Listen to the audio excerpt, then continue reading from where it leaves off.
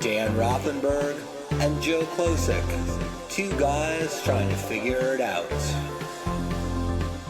Not the right wing, not the brosphere. Left of center, with humor and empathy.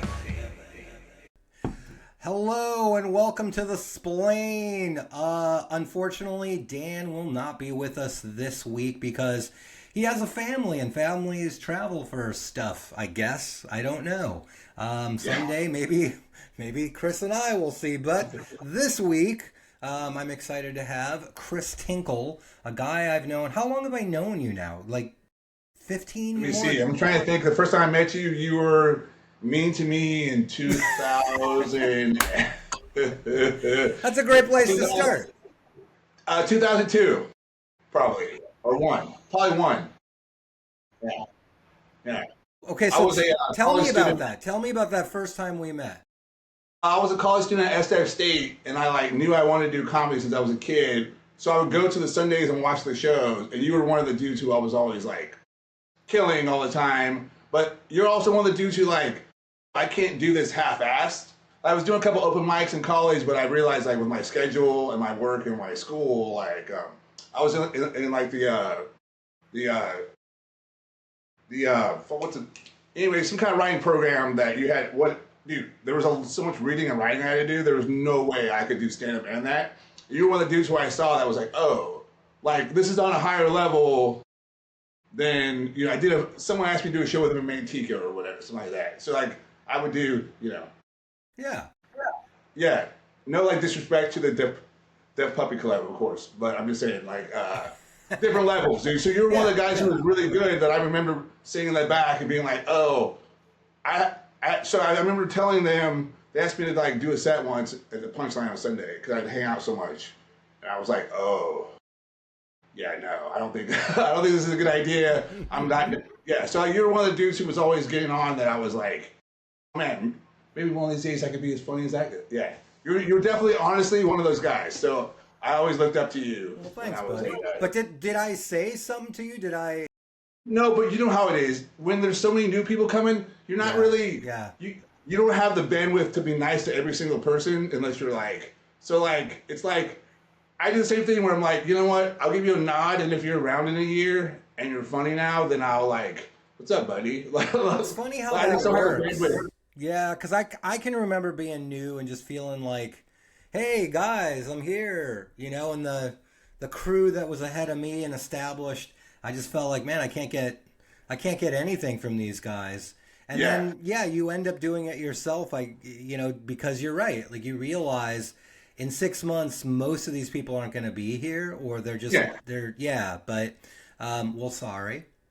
No. I remember two things though of being new. I remember one time Bill Santiago, I was outside, I was new, we were sitting there, he was surrounded by newer comics, and he just looked at somebody and said, they're all like sea turtles. It's there's so many when they start off, and then there's only going to be a couple left. Yeah. And I was like, dude, I'm right here. Dude, I'm right in front of me. Why would you say that? Yeah, I remember that. So it's cool seeing him. So seeing him every few years, seeing him be hey, this sea turtle's still around, bro. And then Connor Kellicut. It was a Sunday show. He was getting on all the time. I hadn't been on yet. And he walks out, he sees me, he goes, dude, awesome set tonight. And I go, I didn't get on. He goes, oh, I know. And then he walked away, and I'm like, oh. I had a little list. By the way, you were not on the list. Connor was on the list of people I can't wait to do good, so I could walk by him and be but now I'm really good friends with Connor. And his family, actually. I'm friends with his, Classic Connor. Yeah. And I'm sure he laughed too, right? That Connor laugh. I bring it up every single time we meet family who I haven't met yet. When I'm hanging out with them, I bring it up constantly. Yeah. I'm he was the biggest dick. So Dan and I have talked about this sometimes. The process of getting on at the Punchline. If you're going to ever have a larger, well, I shouldn't say that now, but if you're going to have a larger career in stand-up, at least locally, you want to start getting on Sunday nights at the Punchline. That's where it all begins. It's the first rung of any professional ladder.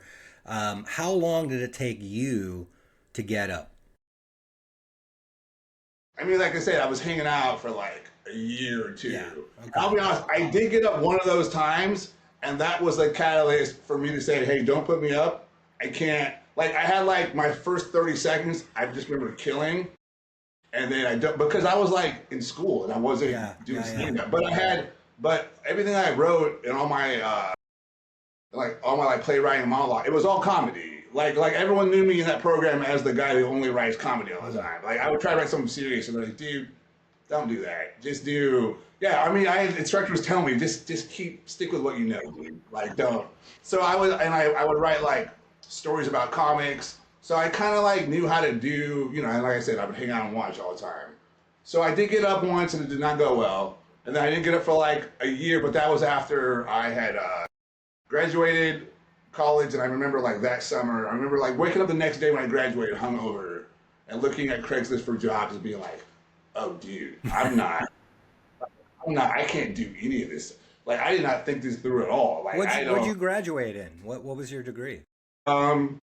Creative writing and like playwriting. So English, I guess. Yeah. I mean, don't you feel like to a certain extent though, you're probably one of the few comics that's actually using what you learned in college to be a comedian. That is accurate, but also one of the few who like it doesn't necessarily translate to like, I mean, I have a brother who's like who's like the head of his entire music department at his high school. He's like the band nerd who went like pro. Yeah. So like, I would say he's definitely using what, like his shit translated perfectly. Yeah. No, I get that. I'm not saying that we have any kind of issues. I'm just saying that look, I have a sister who's a nurse, another sister who's a physical therapist, a brother who worked for the CIA, and I am a disappointment. So I get it. Yeah. Yeah, I totally get it. Do you remember, let me ask you this. So if like one of the questions I'm always fascinated about is what is your process for writing material? And since you were a creative writer in college, like that was what you were getting a degree in. Yeah. Do you still use those skills, or how has it changed as you've stayed in comedy for all these years? It's weird because I got it in my head that like stand up wasn't like that. Like you just couldn't sit down and write, which you actually can. But I got in my head for a bit, like, oh, when I'm walking, like I always carry like a notebook with me, or like I have friends who I trust a lot, and I'll just say something, and now we have a shorthand. They don't even have to like say it. They'll just look at me, and I know, oh, all right, hold on a second, and I like write it down, and but the last since I stopped getting by the way, you're the first person I ever heard say this. Getting in my own way. You're the first person I ever heard say that, and now you hear it all the time. Yeah. So once I stopped like getting in my own way, I definitely now will try to sit and like, if I can't create out of the clouds, then I'll look at stuff I'd already jotted down, and I'll see. And you usually get like one.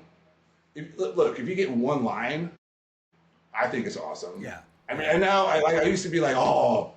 I also used to be one of those people who would like write a whole bit and then try it, and then be like upset that like, because I couldn't get to the 4th minute, which was the funniest part, but because the first 3 dragged, because now I'll go right to the part that I think is the funny part, and I'll try that, and then I'll go backwards. So that's kind of what I do now, and I think it's like a lot easier because you've lost them all, and maybe the last part is the best part, but you've lost them all because you've like meandered and like. Yeah. So now I go to now I like try to work backwards, which is one thing I noticed. One of the things that I wrote, and maybe my memory is inaccurate, but I don't remember you really being a crowd work guy. And then somewhere along the line, it seems like you just got really comfortable, and you were doing that thing that I really like to do. And I think, I guess this is a compliment to myself, but I think it demonstrates, but it demonstrates like a comic who's really comfortable and really embracing the moment. You can go back and forth between material that is always going to work into the audience, back into material comment on the audience reaction, include that in other written material. Yeah. Like, do you know when that happened for you? Was there an aha moment when you're like, oh, I can talk to the crowd? You know what's funny? I hate most crowd work. Really? Like now when you see, well, no, I don't hate it. Like, I love the spontaneous stuff. I don't think when you're like, hey, what do you do, dude? I don't think that's like spontaneous because you have a set of questions that you're going to ask people and you have a sort of idea. Everyone kind of has an idea of where this is going to go. So it's like, to me, like the best crowd isn't even crowd work. It's like spontaneous crowd moments, I guess you would say. You know, like I did a show, Sack Punchline, and this girl kept explaining to her table why the joke was funny, and I heard her like 3 times. And I was just like, I mean, to me, you can't plan that. Like, I couldn't have got to that place if I asked her where she worked or who she was boning. Right. Or like, yeah. Oh, is that your boy? Oh, are you being your friend's boyfriend? Like, yeah. And also, I'm really not a big fan of like causing trouble. And it doesn't, you know, you see a lot of comics like, oh, is that your, yeah. Like couples who are trying to get people to break up. Like, I remember he was the highest level, so it's different for him. But like Patrice O'Neal, I saw him do crowd work. This lady was mouthing off, and he started yelling at her husband. He's like, I'm mad at you, dude, because you know how she acts when she goes outside. And so this is all your fault. And I know for a fact that they broke up on the way home. Well, that's beautiful. So that to me is like, I never want to like. No. I don't think you're that comic at all. And I really do think, and I like it too, is you find those organic moments. Yeah. You kind of like just commenting on an audience reaction or what you were saying about you can overhear somebody explaining the joke. And that has actually created so many amazing moments for me in shows. Yeah. But it's something. Do you remember the first time you really had an organic moment like that and you leaned into it? No, probably not. Yeah, I don't know. I don't think you like. I think it's just like you said, you just get comfortable, and over time, like you started. I mean, I do know there was like a couple of times that like people started to shift. Like, oh man, like you're really. But then I also remember like when I felt like I was getting better at that, then I would and then like my friend's wife, who he's not married to anymore, who like I loved her and I also hated her because she was so like direct, but she also her like directness. One day I did a show and they came to it and she's like, "Oh, I really like what you did when you talked to the crowd, because last time we saw you, you did it. It felt forced." And I was like, "Oh," but she was right, 100%. So I feel like that's why I don't like the forced stuff. Yeah, I don't like yeah. So I didn't like she called me on that, and then I was kind of like, oh, you know, I guess so. I guess it's like it's also a way of not like writing new stuff. Well, yeah, no, it can become it can become too easy to do the crowd work when I'm bored with material. Are there jokes that you just don't do anymore because they used to kill, but over time you're like, I'm just bored?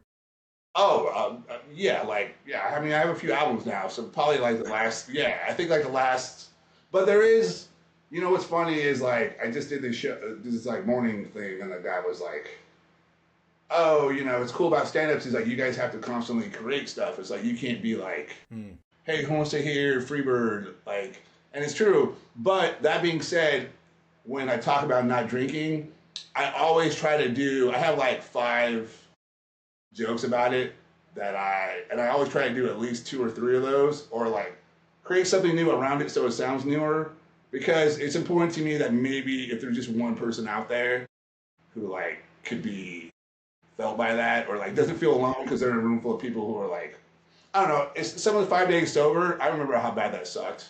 Yeah. And I remember, I met my sponsor at a show, at a meeting. He walked over to me, he saw me, and I did not know this dude. He was like 6'6", big dude, bald head. He comes over to me, and I, hoodie over my head, like 3 days sober, just like tried for like months. He comes over and goes, man, I was watching you from across the room, and I'm like, I'm so glad I'm not that guy.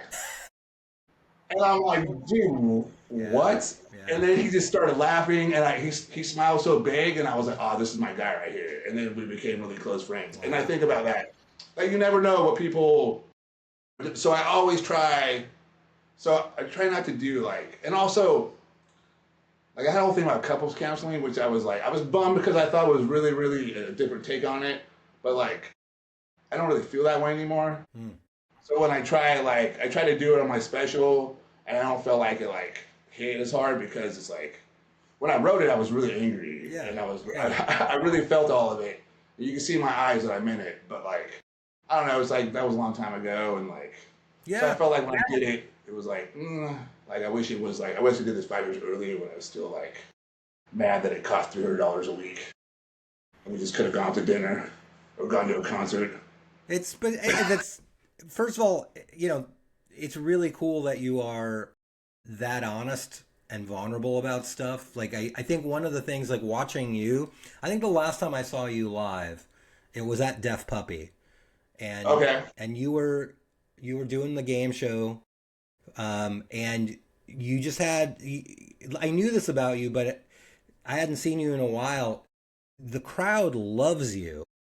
Like your likability is just off the charts, and then you're very vulnerable about like real pain, real things that have happened. And yeah, I'm reminded that you got sober while you were in stand-up comedy. Like what? Yeah, well, you talk about that. I mean, yeah, yeah. I mean, dude, you were like, well, if you want to meet with this is so.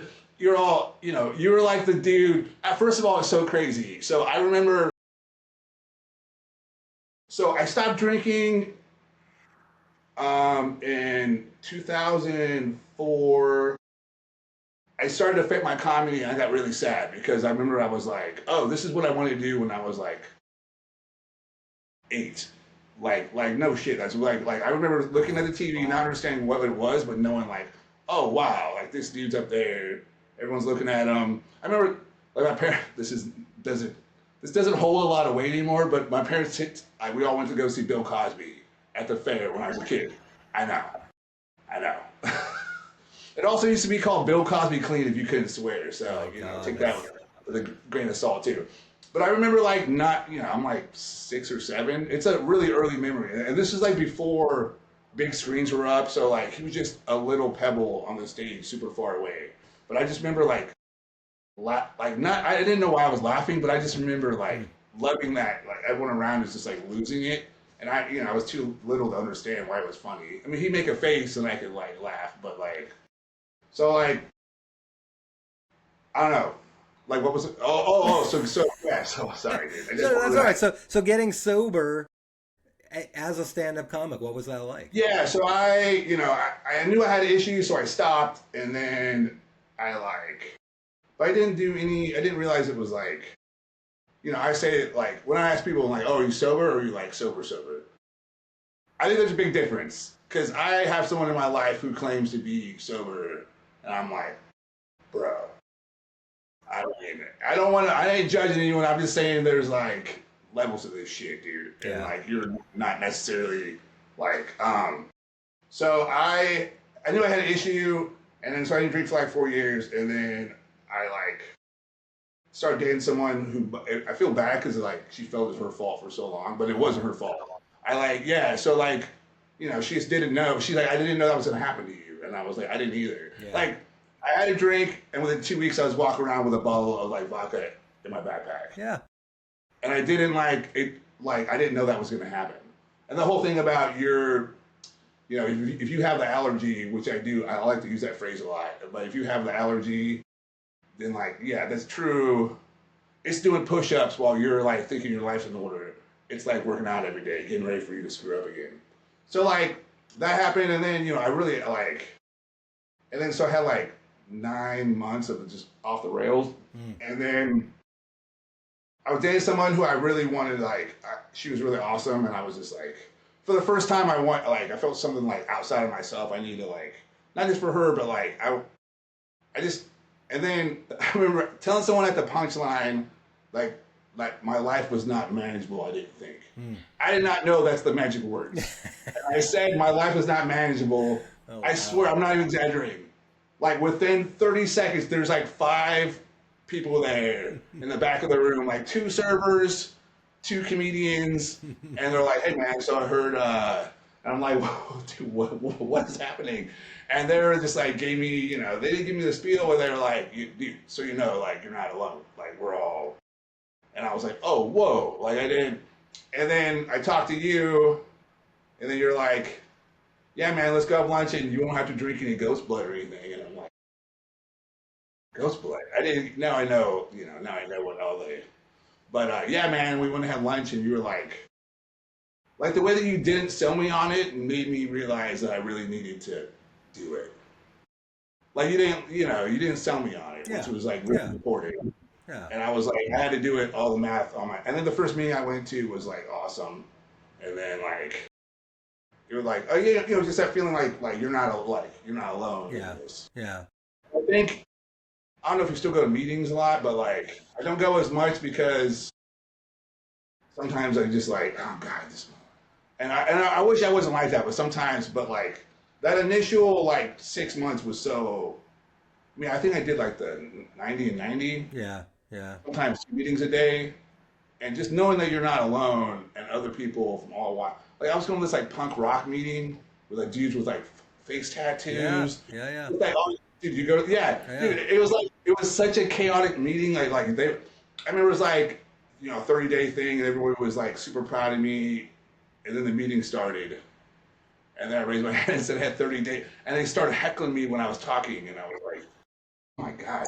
And I had to wear like a little Viking hat when I was talking, and I was like, but it was so great. So like, but then like, San Francisco.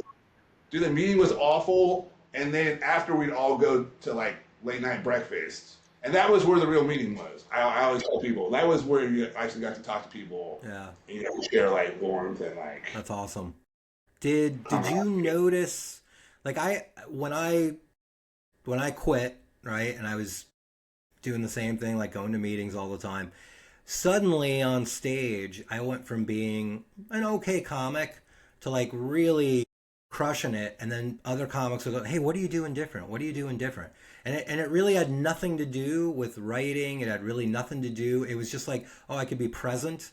Do you feel like that happened for you too? Like suddenly, 100%. Yeah. Yeah, and then so like, yeah, so I was like sober, so like I like didn't do anything for a while, and then I like had a relapse in 2018 for like a year, and then I was like California sober for a few years, which is the weed and mushroom combo, and then 2 years ago when I moved back here, I was just like, I think I want to quit stand up. I don't want to like I don't.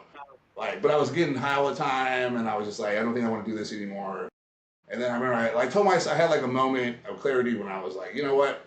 Why don't you like quit everything for a little bit, and then that way you can make this decision in your right mind. Because if you do this, you quit when you're stoned, and then you may like get upset yourself. So I remember like I just quit everything. This is like it'll be 2 years in August, and then congrats. And then well, I did the occasional microdose when my mom died, but we'll get to that later. I remember just a little aside. Some like microdosing when my mom died. Said, yeah, there's like so like no weed in like which was like I think you said too. You're one of the people who was like, oh, like one of my issues was weed, like real bad, and I was the same way. It was like because that's the one that you can do that you don't feel like it's as bad as other ones, but it's really sneaky. It's really sneaky, like, yeah. Especially now the edibles. Yeah, we had this conversation too. Especially the edibles. It's just like, I mean, might as well do like 6 oxys if you have like 2. If you have 2 edibles, you're useless. And like that level of like, it's like I love it. I have resentment. I have resentment that I got clean and sober right before it became legal. And yeah, you can. The idea of walking in to a government-sanctioned, licensed business and then showing my government ID and then just getting pot, like high-quality, lab-grown weed with high THC levels, and then not having to worry about who's around me. Is that the cops? And it's labeled on it. It's labeled. It tells you how messed up you're going to get. Yeah. It's on the label. And just like that so still enrages me. Because there's times where I'm like, maybe I could have gone another year, you know, but that would have just brought everything. Yeah, well, that's why it was even, you know, because I wanted to quit when I got back, and then it took me like 6 months to have that thing where I'm like, I'm just gonna like stop everything. Yeah. And so yeah, so I stopped. I went to a show and I was just like, let me go watch a show. And you've probably done this if you take any time off. You see a show and you're like, all right, give me the microphone. Come on, let Papa show you guys what time. Like, come on. And then man, I noticed it, especially with the no weed thing. I noticed it like right away, and I was like, oh. Also, it's sort of embarrassing, but I was having issues with like my like memory on stage. Yeah. I was having so many edibles. Like, I did a show that was a headliner show, and I was getting paid, and I like not only did I use my notes, but I had to use my notes. And it was a Friday night, and I felt the crowd be like, oh, like it couldn't be bothered. I don't even know if they thought this. I felt this for them. Oh man, this guy couldn't be bothered to like memorize his shit, and it was like that feeling really sucked. And I remember being like, okay, well, I can fix, like, you know, if there's things that you can control, then go and control them or stop. Yeah, crybaby about it. Like, and that's one of the things I could have. 100%. Yeah. Well, now that I'm old, sometimes I have to have notes. So it catches. That's going to happen already. That's why I was like, I'm getting like, that's going to happen. And also with the amount of weed that I did and stuff, like, you know, I mean, like, I'm going to be 51 in like 2 weeks. And like, it's going to be. I don't know when it. I mean, maybe the, you know, I forget where my keys are. Jesus is gonna hit me within like 10 years. I don't know. So it's like, buddy, I've had to come back into the house because, you know, I forgot the car keys.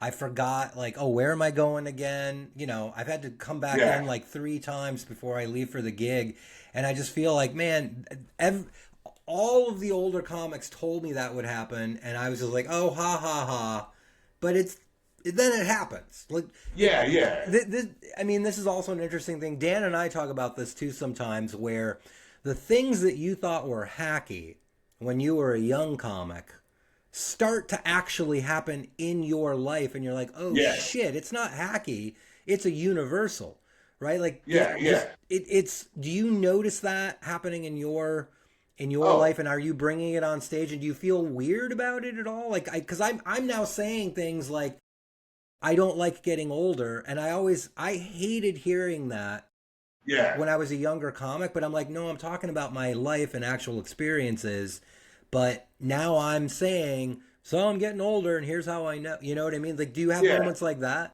I mean, I try to, like, get to it, like, you know what's funny is one of my biggest, like, when you go to the Punchline Showcase, and by the way, there's a lot of funny people up here now. Oh, yeah. So you're funny and you know who you are. This is not about you. But there's like 2 things I don't like within 20 seconds you're talking about your like sexuality, and also you're talking about what generation people are. I think that's like the 2 least interesting things about people. So it's like, I like that to be like Trojan horse into it later on. Like, if that's like your only thing, that's like, oh well, that's kind of like it's like we all have boobs and like wieners, and like it's kind of like it's like I don't know. I just think the least interesting is someone's like, so I identify. I'm like, I don't care. But some people have boobs and wieners. That's why, you know. That's what I keep hearing. I don't know. That's what I keep hearing. I haven't experienced. I don't believe it, Joe. Dude, did you see the video of the parachuter fall through the awning? Okay. By the way, I posted that. Okay, so I was on the Amtrak coming back from headlining Stack Punchline. My friend sent that to me. At first I thought it was AI, because the way it was shot was so, dude, and you have to put it, while we're talking about this right now, you have to like, but the way it was shot, it looks, you could, if you were a Hollywood filmmaker, you couldn't have set that shot. It could have been better. Yeah, no, it was. I was laughing so hard that these people were looking at me like, what is, I watched it like 100 times, and I was just laughing so hard. And then it was like, I posted it on my Instagram, And then I posted it, and I immediately was like, "Oh, I didn't check to see if anyone died because of that. Maybe I shouldn't have posted that." He walked away. Like he landed on top. Wait, the guy he did walk away. Okay. Yeah. So I'm talking about the people under the awning that were getting like chips and like corn dogs. Those are the people I was worried about because like, dude, just the end when the guy's like, "Shit," and I was like, "Where did that happen at?" And my friend just wrote me, "Where do you think it happened?" And I'm like, "Oh God, perfect." Let me ask you this, because I'm always curious about this. One of the things that is super exciting about being a comedian, especially when you're new, especially like working the punchline, you get your first week opening and you're working with either a big name where you're like, I can't believe I'm working with this person, or you're exposed to someone new for the first time and you're like, oh my God, that's why they're headlining. Yeah. Can you tell me your first amazing experience working with a headliner, and can you tell me a bad experience working with a headliner? So my first 3 ran the gamut. So my first 3 just explain your entire.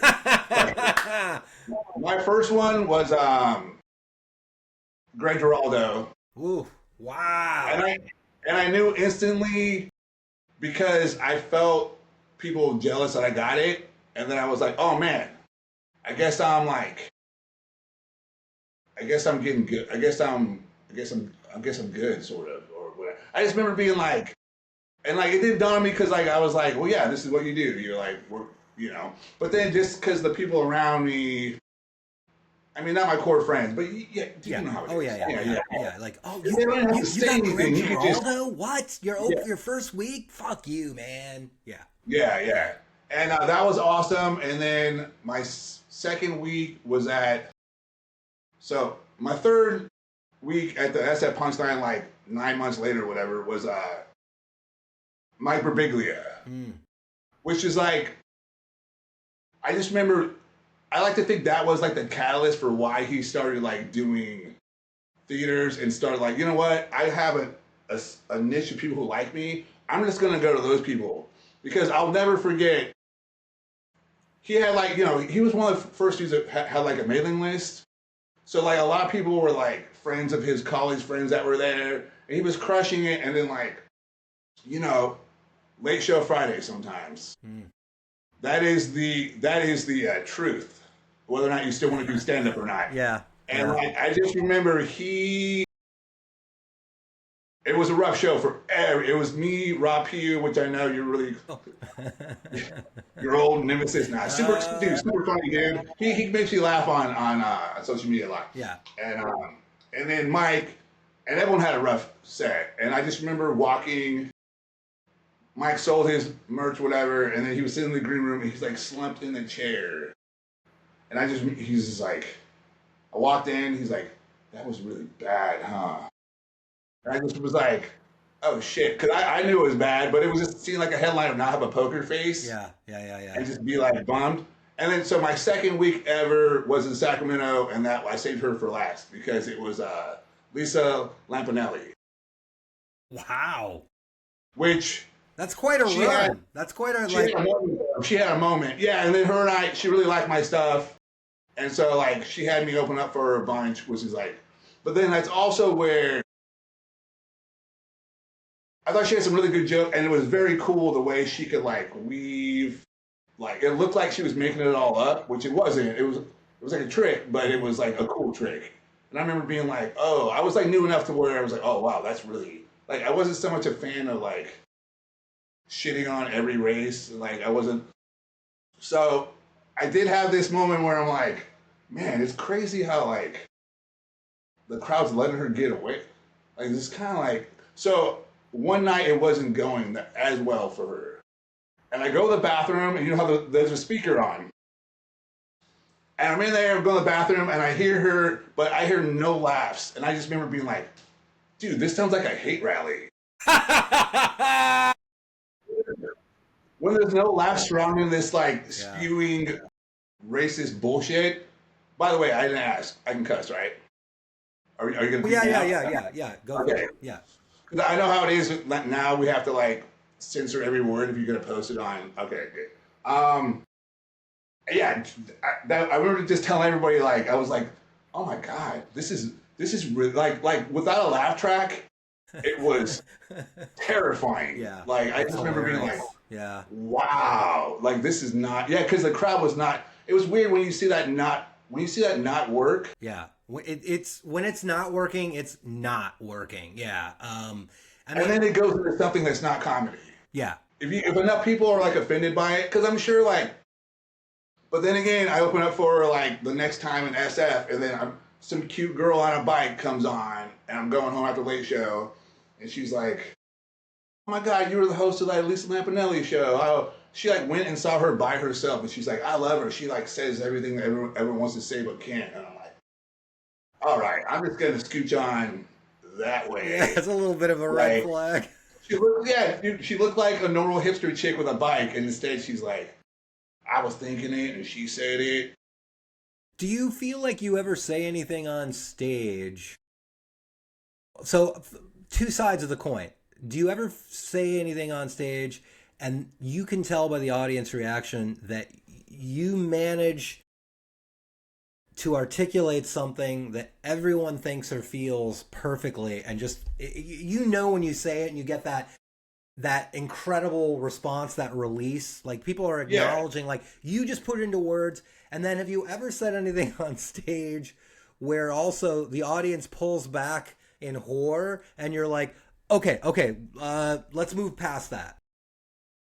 Yeah, I mean, I think when you're like, if you've done like a new joke 3 or 4 times and you take it to like the big thing and you're like, oh, this was not.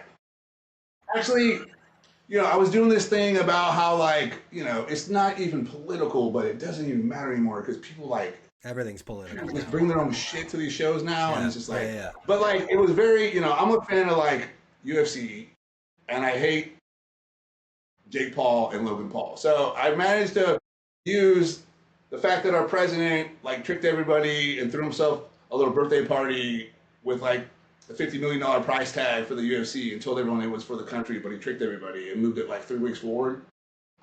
So the first time I did that was like the one hit wonder. It annihilated because I think everyone is because I just when I said it, everybody was like, "Oh, he did do that, dude." And I kind of like ratcheted up the thing, like, "Oh yeah, why don't we move the party up like 3 weeks?" And everyone's like, "Why would we do that?" He's like, "Ah, it just happens to be my birthday." Kinda. Right when he say that, everybody like got on board, and then so I did that joke in Sacramento, and it was so silent. And then I got to the part where I say like the Paul brothers die in a fight, and then everybody was cheering because we can all agree on that. That experiment is over, thank God. But that was definitely like, oh, okay, well this joke had one night where it shone, and thank God I filmed it. So it had one night, Yeah. that was it. It's fine. It's like a one hit wonder. Like, does that ever happen to you? Like the one hit wonder? Oh yeah, yeah. all the. I mean, it's funny that you say, "Thank God I filmed it," because there are still jokes that I keep trying to make work, and I realize like for whatever reason that one night it got an applause break. It's never gonna do that good again. I can't recreate it. I don't know why, but at least I have it on tape somewhere. Yeah. Do you know what's interesting? I don't want to say about comic, but there's a comic who pops up on my reels, and he, Josh Johnson started doing that where he would just record like 30 minutes of like a new thought. Mm-hmm.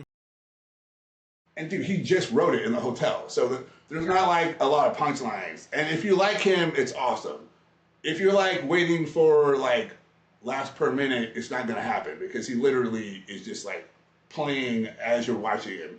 But he's posting all those things. And now other comics are doing that too. And so now we're seeing that where it's like the crowd is like losing their mind and you're like, wait, what? Yeah. Like, cause it's that one hit wonder. It's that moment where like, whatever in that room, that energy, everybody was like, Yeah, you captured something in the moment. You captured like a local something. reference is always going to get Always. more. Yeah. And so people are posting that now, and it's like, really, because I just watched one, and I was like, wait, am I the asshole? Because I don't even understand why they're cheering so. I mean, I know also people do the magic comedy fingers on the audio mix. Now everyone knows how to do it because you can like just Google how to do it now, and it's like it used to be like we're gonna sweeten that in post. I used to work. I did that project at Comedy Central where I helped them get set up for like the Sirius XM channel. So I had to listen to every special, Wow. I heard your Gotham comedy, or was it Gotham? Live at Or Gotham, yeah. Yeah. And then like you start realizing, holy shit, like a lot of these people, they're getting by on stolen valor because yeah. they did not. I mean, I remember them telling us, because that was like 2002, 2003, and I remember them giving us explicit direction, and they kept repeating it because they wanted to leave room for them to add fake laughs. And they said, like, listen, if you tell a joke and it doesn't get the response that you want, just pause there for a moment, which is exactly not your instinct, you know, because you're like, oh, fuck, this bombed. I got to keep moving. And they warned us, like, yeah, it's going to be awkward, but just pause so we can sweeten it in post, as they refer to it. I'm like, oh, that sounds nice. And yeah, like later on, watching the night that they recorded everybody's special, was all done in one night. There were people that did not have good sets, and you can see that in their face, but the laughter tells a different story. Yeah. You know, I did, like, so when I was working there, they did this project. It was like 10 comedians got to do Caroline's, like, new faces, whatever. And so they were going to put everyone's audio set on the website. And then everyone got to vote who wasn't there that night. They got to vote on it. And, like, who had the best set or who should. And it was cool because the SF comic, Dave Thompson. Oh God, what's his name? He wrote on like Brockmeyer. Anyway, I know oh man, we're friends. I know. I blew it, dude. Anyway, he killed it. I was so proud. And then like, there's a comedian now who's really like big who just did not. It wasn't his. He's funny. He just been out of the office. Yeah. And it was so quiet. Like so quiet. And my friends, I was still working there at the time, and my friends that were doing the audio, like we just worked together that day, and they went and set up the audio. So the next day we're all in the studio, and they're getting notes from Comedy. So Comedy Central was like, you know, send us over all that stuff so we can all upload it. And my friend, you know, he's like fixing the audio levels on everyone's set, and he sends it, and they send him a thing back. Hey, can you fix so and so's set? And he's like, okay. And we're like laughing because we are all like, oh. And my friend even goes, dude, I saw your face during his set, and I realized like how bad it must hurt to be a comic seeing someone else. Because I'm like, oh. Yeah. Like, and so 3 volleys back and forth. Wow. Like, can you fix this set? Can you fix this set? And I'm like standing there with my headphones, and I'm like in the office across from him. I just hear him go, dude, he had a bad set. Like, what am I supposed to do? Yeah, what can you do? Like, yeah. he's like yelling at the screen, and it's like, so I understand, like, you invest money, but that was the one that I sort of had a problem with it because it's like, this is like a competition, and you're giving this guy unfair. He didn't do that night. So, sorry, bro. Like, I mean, sorry, dude. It's not fair. Yeah, it didn't seem really fair. And that one kind of bugged me, and just seeing my little like mousy nerd friend just get so upset and yell at his screen was like the funniest thing I've ever seen in my life.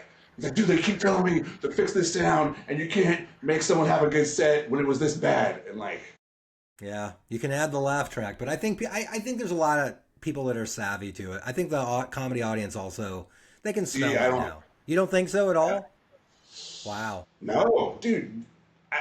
I'll tell you someone off air who had like a really bad half-hour Comedy Central because he told me it was like the worst set of his whole life. Yeah. No, he was like, he was like, dude, they should have won an Emmy for the sound on that because it looked like I'm killing, and like he got stuff from it, and he was like it was like the first time he ever invited his family to a show, and the audience just hated him, but they edited around it, and like you would not know that it didn't go well, and I think. You know, and even if you did tell people they fixed the sound, they're like, well, you know, it's like that whole thing. Yeah. Well, that person told you, well, they just did it better. Yeah. All right, dude. All right, let me ask you this. What would you tell yourself? What would you tell your younger self now? Jesus. Yeah, if you were starting comedy, what would you want to know? Or what when do you someone says wish you have knew? fun, don't look, don't like roll your eyes and go this jerk off. Don't do that because it's actually really true. Like sometimes I'll get like I'll be getting ready to do a set and my mind's racing or whatever, and I'll have to be like, hey man, this is like this is like supposed to be fun, or else why are you doing it? If it's not fun, then don't. Then just leave right now. Yeah. But it's like supposed to be fun. That's the whole point of this. Is like we're all supposed to be having fun here, and it's like anything other than that, and like this is a waste of energy. So that whole thing, I remember like a comic told, like Patrice me one time. He's like, "Have fun, man," as he's handing him the mic, and Patrice just roasted the shit out of him on stage, like, "Have fun, bro. Have fun." But it is like that's something that's true. I think it's like why else are we doing it? Like this is too. There's too many things about it that make it suck. That if you weren't having fun, like why bother? Is there any comic that you looked up to when you were either before you were in, and then you had a chance to meet, and how did it go? Like, because there's the famous line about never meet your heroes. Yeah. And there's been a couple of stand-ups that I got to meet, and it was like, holy crap, this person's not nice, or holy crap, this person is just not what I thought they were about. But then there's also been a few that have been amazing where I'm like, oh, that person really is that cool. Like anything like that for you? Yeah, anytime, like anyone that was like, disappointing, whatever, like David Allen Greer made up for all those people. Wow. Like because I got to go with him to like Iraq in like 2007. We got to do this tour together, and like I already knew him already, and that's why they got me on the show is because like it was him, another one of our friends, Kevin Avery, another like African American comic, and then he like specifically said, I don't want this to be like, like a black comedy tour. So he's like, call that white dude with the long hair, Kris, and I'm like, so. But that was such a stressful time, and like, wow, it's like right around in Blackhawks and all that. Like, his effortlessly being funny was like. There was a time we had to jump in this little plane that was like it literally. I'm not even kidding. It was like there's tape on it. It just looked like I'm a fan of like Buddy Holly, and it was literally I was like, oh, dude, we're not getting on this plane. I was like, and earlier in the day they gave me some like Red Bull knockoff that's called something Tiger, and there's like fucking nicotine in it and a bunch of other shit like you're not supposed to have that the soldiers take to go to go to battle, and they gave me one and I drank, and I was just like, I don't even ask what was in that thing. Wow. And so I was kind of like losing it, and I just remember like he was so awesome. Like he saw that I was just like, and it was the only time I was like a pain in the ass that whole trip. I really was trying to be on my like best behavior because I know I can be like, but I was trying so hard, and then that was the only time I'm like, dude, we're gonna die on this. We've been riding around Blackhawks. We've been riding over war zones. We like drove by a building that got bombed, and now we're gonna die in this bullshit. Like I was so mad, and he was just so funny to me, and like we did this show in like this like mess hall that we're eating food and we're gonna do that at a theater down the street, and then he's like, or theater, it was like whatever that we stole from them and called it art, and the lady's like, I'm eating my food, and she's like, hey, so we're gonna change planes, we're gonna do a show like in here. I'm like, cool, when? She's like, oh, like as soon as you finish eating. And then she's like, we're gonna go tell David, and I'm like, dude, I gotta be there when you tell him because he's gonna be so mad because it was like 400 people all eating food. This is not gonna go well. And I've never seen anyone have a set like that. Like, wow. So he like, if I could be negative about, I'd rather just talk about how awesome he like made it better for. That's awesome. That's great. I love that story. And like Geraldo too was amazing. Yeah, he was really cool. Yeah. I just feel like he's one of the comics that I just feel like, man, I wish he was around so we could hear his take on everything right now. He's one of the rare ones, right? Yeah. Like he like, I mean, I feel like he's the dude who would have taken like the Saudi money and then gone over there and just like. I think he would. Yeah, I think you're right. I think he would have gotten thrown out of the country.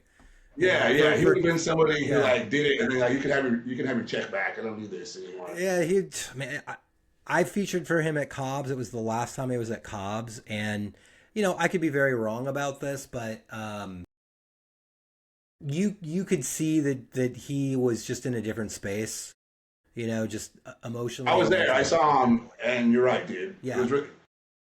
I was there with my brother, and my brother was like a fan of his. And my brother was like kind of like disappointed. Well, no, because he killed, but it was also like you say, it was clear he was going through some shit. Yeah, yeah. It was hard to see. Yeah, it was hard. Because just being in the green room with him, there was a barrier up that wasn't there before, and I don't think he was putting it up to be a dick or be standoffish. I just think he was going through so much pain inside that he just put this barrier up without even realizing it. But yeah, just it would be great to have his thoughts and opinions on. Also, he may have quit comedy. With how it is now, he may have just quit because like that was one of the things he was like, he knew how good he was and he knew his worth and he wasn't, but that's one of those things. It's like, dude, you gotta stick. I mean, it sucks, but you gotta stick around. So you can get your. I mean, because he would have, but like. Now I don't know. Like he was way ahead of the curve in terms of like shitting on what was going on around him. Like that whole like he met some escort and she had her own like business card. He's like, oh man, she has her stuff together more than me. Like that was like I have to promote myself all the time, social media. So he was already like on the ground floor about. I mean, it's amazing to think of how much the business of stand-up has changed since the time that he's I mean, and I wonder what he would make of TikTok. I wonder what he would make of crowd work videos. I wonder what he'd make of the ultra-right MAGA comedy Kill Tony scene. I wonder, I think he would just be in everybody's face about all of it. But all right, so wait, can I ask you one question really quick? All right, because you were like comedy's different from when we started. If comedy was like it was now, would you still got into it? Yeah, because I didn't know any better. I mean, I think that's the thing that most of us have going for us. I had no idea what it was really going to be, what the amount of just personal, just the blows to your ego that you were going to have to absorb, how difficult it was, doing so much shit for so little money, and then doing it because everyone was telling you like, well, you got to pay your dues, and just absorbing all of this just crap that is somehow built into it and you're supposed to accept. Yeah, I mean, you don't know. You just don't know. And Dan and I have talked a lot about this. The time that we started, we were completely unaware that the whole thing was imploding. Like it was this time when clubs were closing, pay was being cut, it was coming off of TV, and we had no idea. We were just like, hey, we're in it, we're doing this now, and it's now because of the internet, it's exploded again. And I always think that the good and bad is everybody thinks they can do it. And that's good and that's bad. Yeah. But how about you? Would you have started if this was the... Well, now that you put it like that, I mean, the whole, like, we wouldn't know any better is also true. So I never really thought about that part of it. Like, oh, yeah, no, I just would have done it because I didn't know. But the whole, like, I mean... How much are you online? How much are you doing all that stuff? Are you sitting down and posting stuff? Are you interacting with people? Do you spend a lot of time? Yeah, I started doing a lot more, and I started, like, paying people to like record my sets. So now, and then I've been learning how to edit, like not just like basic stuff, but I've been like trying to get into it, like because it's like it's a really fun way to tell, and then it also teaches you like, I think there's like an app where it teaches you it's like it's good. You don't need every line. You can like get to the funny, but also it also teaches you that we do need to breathe up there. Because there's this app, I'm sure you know it. Yeah, it takes all the pauses out. Oh my God. So I let this girl I was dating cut. She was like, here, I'll do this for you. So she like did one. And I was like, wait, Like you cut off all like those pauses were there for like that wasn't I wasn't like stuttering. Those were there for a reason. It's like, unnatural. That was like, Yeah. No, it's weird yeah, and so like unnatural. that Yeah. part of it is weird. It's Yeah. like what like I can't let this asshole who doesn't know me, who just watched a cat video, like he's gonna turn off because he can't wait 2 seconds for me to like let shit build and then hit him. Well, maybe I don't want that dude to like my stuff, dude. Like Yeah, maybe that's not your audience. Yeah. A toilet comment, dude. I'm okay with that. Like I like people like not be taking poops when they watch me. Honestly, I'm the one taking the shit on stage, not the person watching it. Damn it. Do you think that has that influenced your stand-up at all in any way? Like I'm one of the things that fascinates me is I try not to let it because Yeah. I try not. Yeah, no, I try not to like. I mean, I asked this lady who I work with who her favorite comic was, and she's like, "Oh, it's some guy. He's a family influencer, and he like just started doing stand up." And I'm like, "Oh shit. Oh, never mind." Like some people just aren't gonna. So it's like, what? Am I gonna like change my stuff for her? Yeah. No. Exactly. Like I'm not Yeah. like. Yeah. Like, and so it was cool. That lady came and watched me last week with her husband. First time she ever saw a comedy show. And then she got it. Like after the show, she was like, "Oh, like that was awesome. Like I didn't know, like I didn't, like yeah, you're probably funnier than an influencer who's been doing comedy for 3 weeks." It's fascinating to see. Like I was at Cobb's Friday, and I'm watching all the all the comics that are coming, and one of the things that is so changed. It's one person on one night. And it's a series of like people I've never heard of, and the thing never, and it's like that's okay, right? Because they found their audience, and their audience is showing up, and in some ways I'm like that's really really cool. But then I've also been asked to open for some of those folks, and they're not very good stand-up comics, and then the audience that shows up figures it out. And yeah, you were so kind by saying that they aren't very good because I would have said, I was just telling someone this the other day, like the whole like I did a show with like a crowd work guy, and he only posts clips of his crowd work, which I understand that or why you would put like B jokes on there because you wouldn't want to give away, especially if you can't write a lot. Yeah, then I get it, but it's like so a friend of mine came to record my set.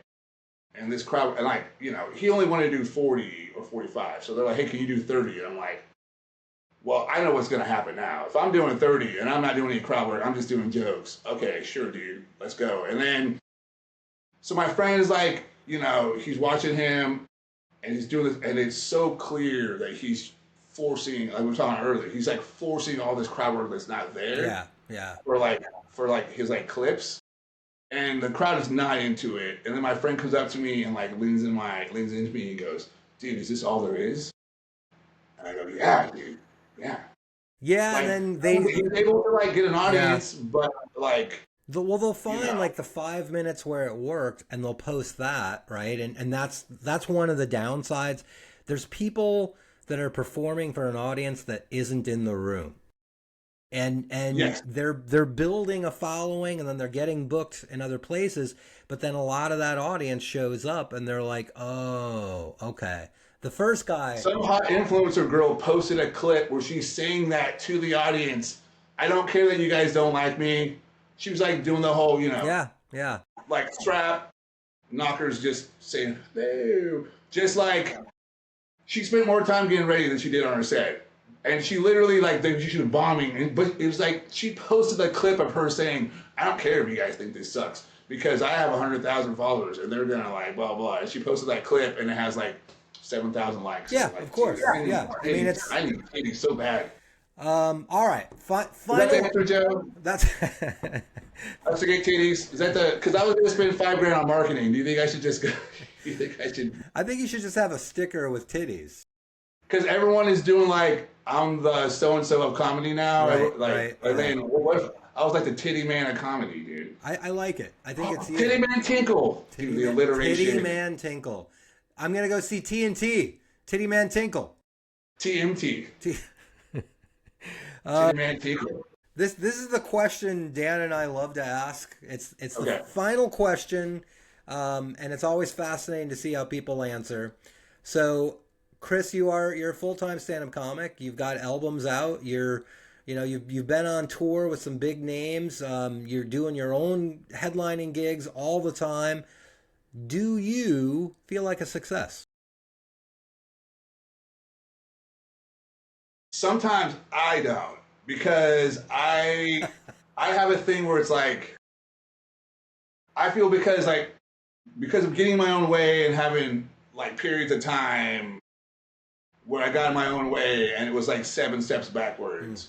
I feel like my big thing is I just want to reach like my like full potential. If that means if I know that I have reached my full potential or close to it as possible, and I only made like 30 grand, then I'm so fine with that, because I know that like, oh, I tried my, I've done auditions for stuff where I could not have done any better, and I didn't get it, and I was so happy. Not happy I didn't get it, but I was just like, oh man, no, like I won that night. Like I'm able to see that. So like, and the people who, to my friends, I'm the guy who said when I was 8 or 9 I wanted to do comedy, and I'm doing comedy. So to them, I'm a success because I'm doing exactly what I said I was going to do when I was little. Yeah. So I think about that, and I try to like balance. I try to like look at both of them. Like, oh, there's still more I can strive for, because now like no weed, no like clear-headed. Like I feel like and also stand-up is not like I'm a big fight fan. Stand-up is not like sports, or like when you don't age out of it. Well, when you're 80. I don't know what you're talking about, but like, it's not like a fight game. When you're 40, you're kind of done. You're on the downside. It's like if you keep working and you keep trying and you keep like find new ways to get improved, even a little bit, there's still a window for you, I think, and that's what's really cool about it. Yeah, I agree. That's awesome. All right, Kris Tinkle, everyone, like and subscribe. The Splain. Kris, what's your website? Where can people find you? Kris Tinkle Comedy. It's really bad. I'm slowly trying to fix everything at one time.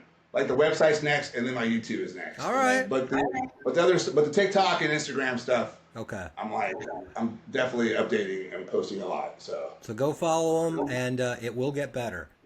Yeah, I didn't know I needed 5 jobs either when I started stand-up. Did you know that we had to do 5 things all the time? No, I did not. We didn't have to back. We just had to be funny. That's all we had to do. We just had to go on stage. You need a pen and paper, barely. Like you didn't even need that. That's why I thought everyone got into it. I know. Now it's like, dude, my monthly budget to do this shit that I don't get paid for. I know, buddy. I know. All right, I'm done.